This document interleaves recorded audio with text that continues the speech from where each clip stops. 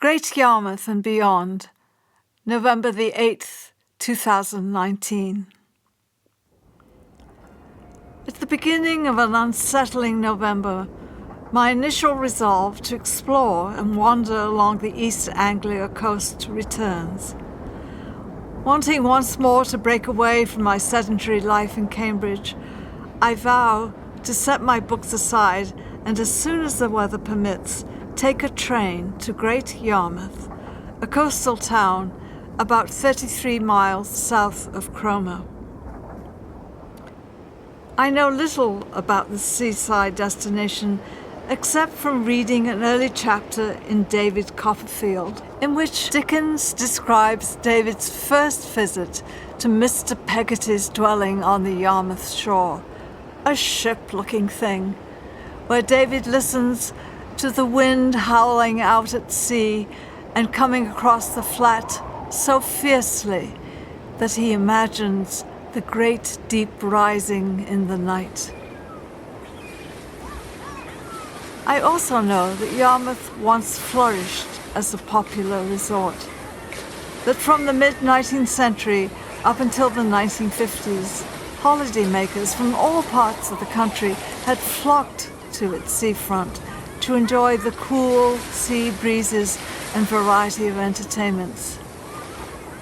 In its heyday, Yarmouth was almost as frequently visited as Brighton. Notices in the local newspaper often celebrated the arrival of strangers. On July 15th, 1863, for instance, the Yarmouth Mercury revelled in the fact that 5,000 excursionists had arrived from Newmarket and Bly. And on August 28, 1867, this newspaper boasted that from 15,000 to 20,000 persons had been seen promenading on the Marine Drive. This abundance of visitors was, of course, not to last. Like most English watering places, Yarmouth never fully recovered from the effects of the two world wars. In the ensuing years, it met with other difficulties, especially in the 1950s and early 60s, when well-to-do and middle-class holidaymakers abandoned the British seaside in order to travel abroad or take advantage of packaged holidays in the Mediterranean or Portugal. The resulting cultural and economic shifts were disastrous for many seaside towns. Though Yarmouth continued to be a holiday destination, it struggled with harsh economic realities and alterations, such as increasingly outdated and run-down accommodations, the loss of a wealthier patronage, and an influx of low-spending working-class visitors. Friday, November the 8th, 2019. As if pandering to my wishes, the weather suddenly and surprisingly promises to improve. That is, no rain is predicted for the weekend. I checked the train schedule to Great Yarmouth and am delighted to learn that in just 2 hours I can again be on the East Anglia coast and with only one change.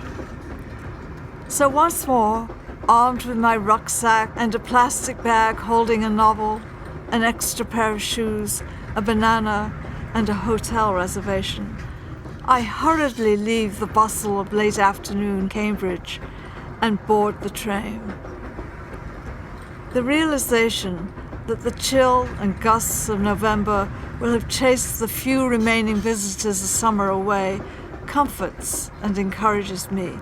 There will be space to enjoy my solitary rambles. Approaching Yarmouth, however, I wonder how seriously I should take the college registrar's departing warning that the town is rather rough and that I should be careful. The evening darkness has already descended upon the almost deserted Great Yarmouth train station.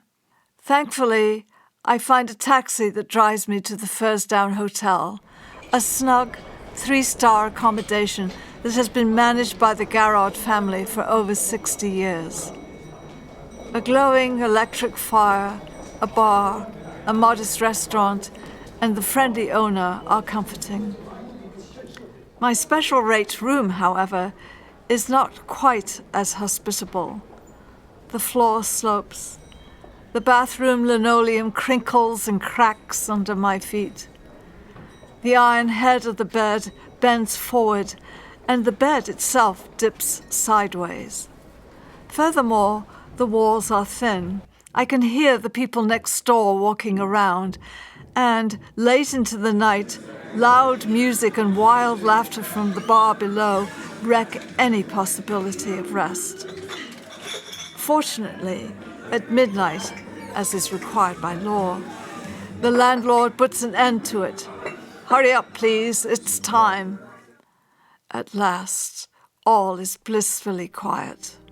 I peer out of my attic window and gaze at the night spread out against the sky.